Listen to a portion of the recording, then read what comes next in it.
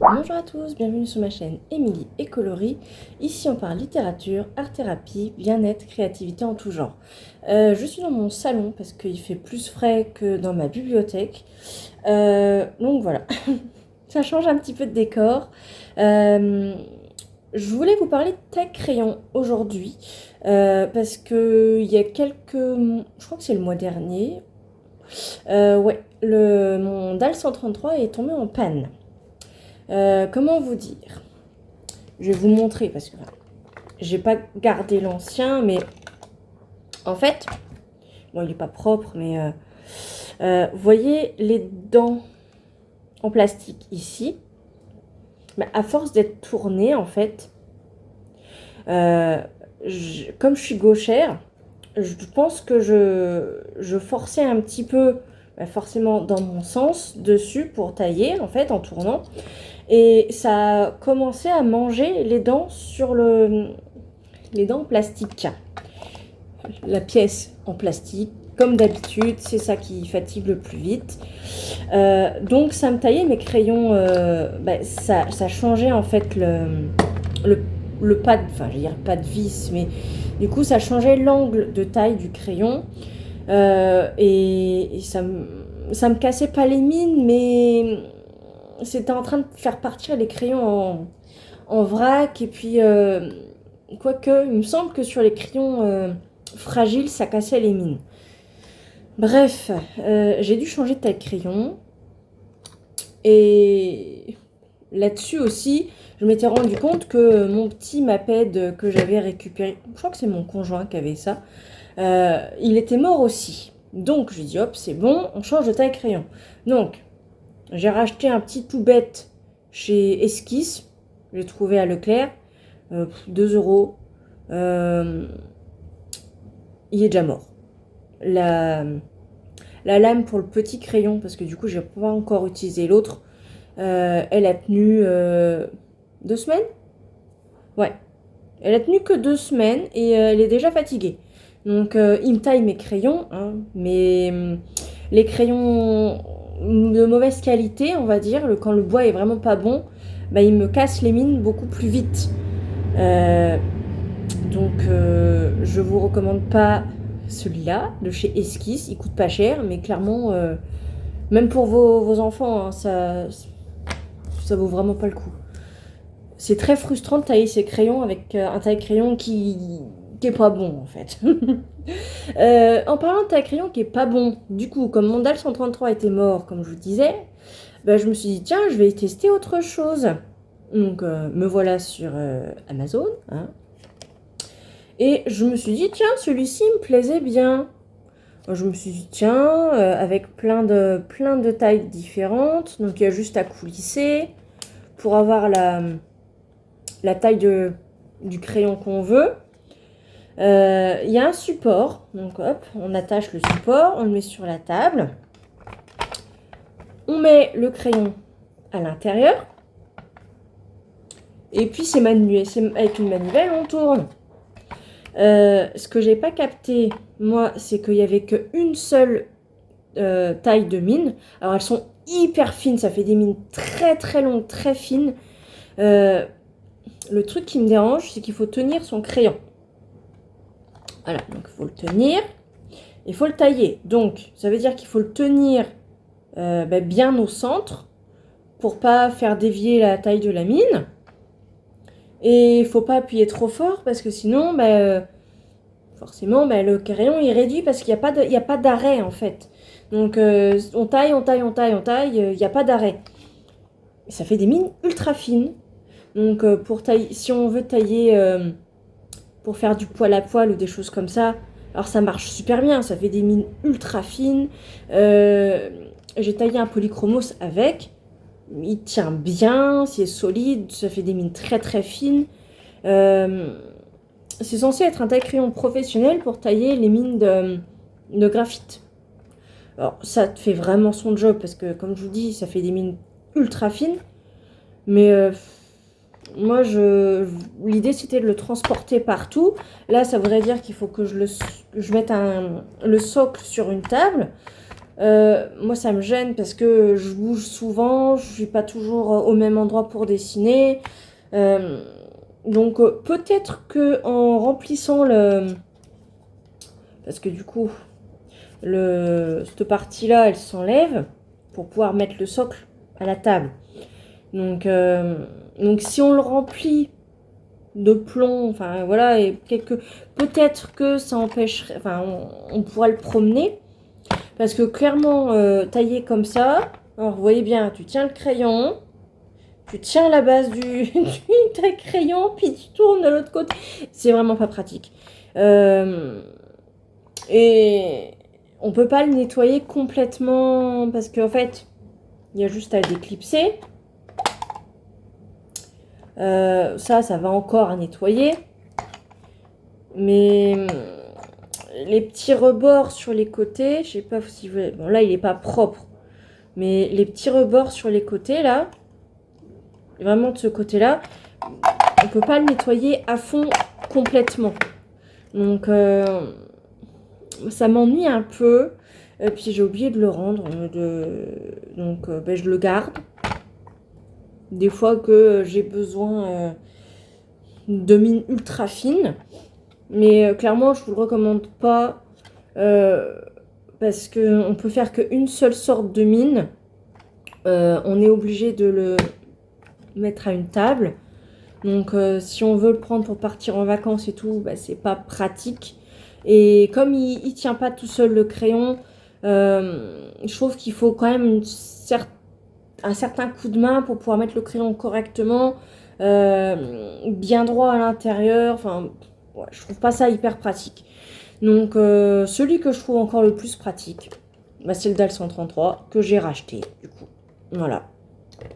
Parce que il tient tout seul le crayon, parce que on peut régler la grosseur de la mine, si on veut des mines plus fines, des mines moins fines, suivant le crayon aussi, parce que tous les crayons ne se taillent pas forcément de la même longueur.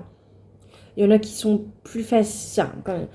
Il y a des crayons des mines avec des mines plus fragiles, donc ben, on a besoin de les tailler moins longues. Puis suivant ce qu'on veut faire aussi. Donc ben, clairement, ça se vide bien plus facilement. Ça peut se démonter super facilement. Le seul truc que je trouve qui est dommage avec celui-là, c'est que les petits trucs qui tiennent le crayon, bah, de temps en temps, ça grippe et ça tient plus le crayon et ça saute. Mais bon, si vous êtes bricoleur ou bricoleuse, bah, clairement, ça se démonte très bien, ça se remonte très bien.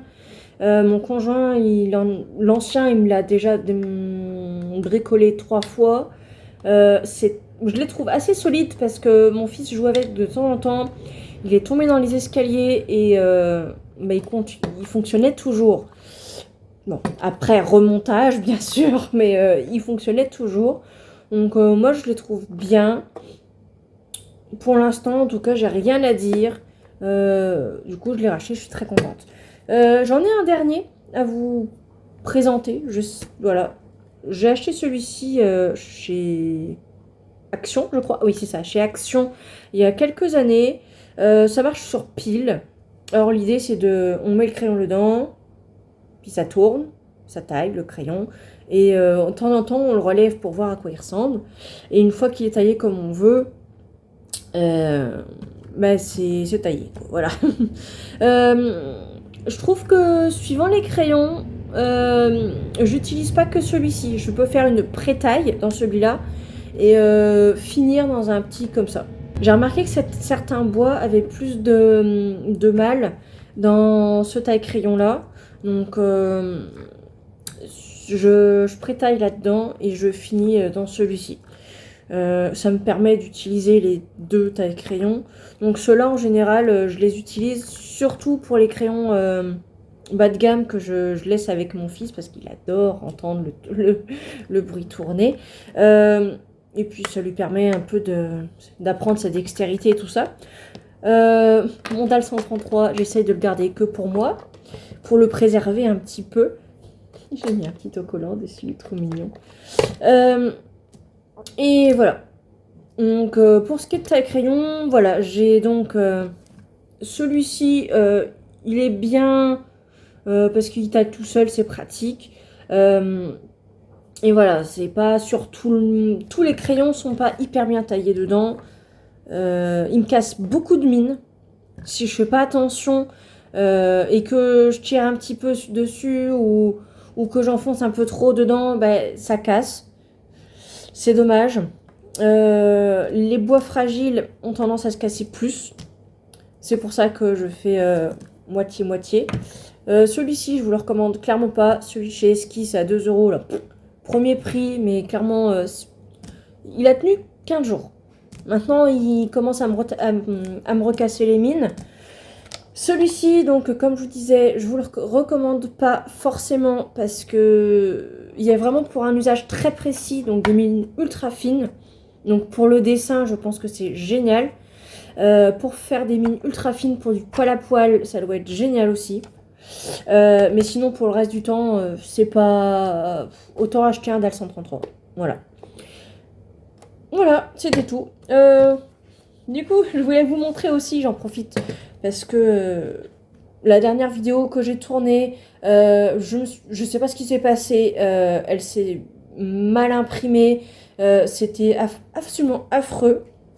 Quand je l'ai édité et que je l'ai posté sur YouTube, c'était vraiment horrible. Du coup, bah, j'ai tout enlevé. Donc, vous n'avez pas vu mon dernier coloriage. Je vous montre celui que j'ai en cours. Ou celui que j'ai choisi, le petit dernier. Voilà, voilà. C'est pas celui que je préfère. Et clairement, j'ai du mal à le faire. Je sais pas. Il est très joli. Mais j'ai beaucoup de mal à le faire. Alors, il s'appelle La Tour Eiffel de Robert Delaunay. Et ça a été fait en 1926. Voilà. Il y a plein de couleurs.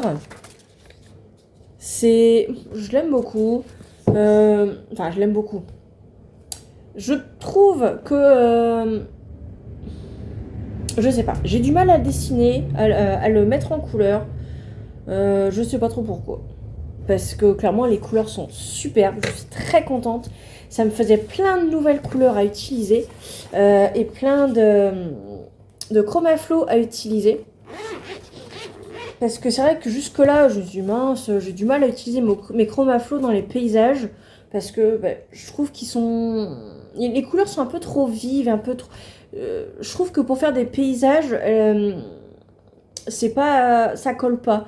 Et je suis très contente parce que dans ce chef-d'œuvre, je peux utiliser mes chromaflow. Donc je vais vous montrer une petite sélection des crayons que j'utilise pour faire ce coloriage-là. Voilà. Voilà, voilà. Donc j'ai un peu de tout. J'ai des chromaflow, comme je vous disais. Forcément mes chers Prismacolor. Un peu de drawing, des Brotfener. Et j'utilise le blanc des polychromos. Mais clairement, il sert plus de blender que pour blanchir. Si on veut vraiment blanchir, drawing ou décidément, j'en veux au polychromos. Pour blanchir, pour pastelliser ou voilà, pour changer la couleur de base, clairement, polychromos, ça marche pas. Je trouve que ouais, ça sert plus de blender. Voilà. Donc Prismacolor ou les drawings pour blanchir, ça marche plutôt bien. Mais ouais, du coup j'utilise ça pour changer un petit peu. Voilà, ça change un petit peu ma teinte quand même. Mais voilà. Bah c'est tout, j'ai pas d'autres... non, j'en ai rien d'autre. Ça me fait une 60aine de crayons.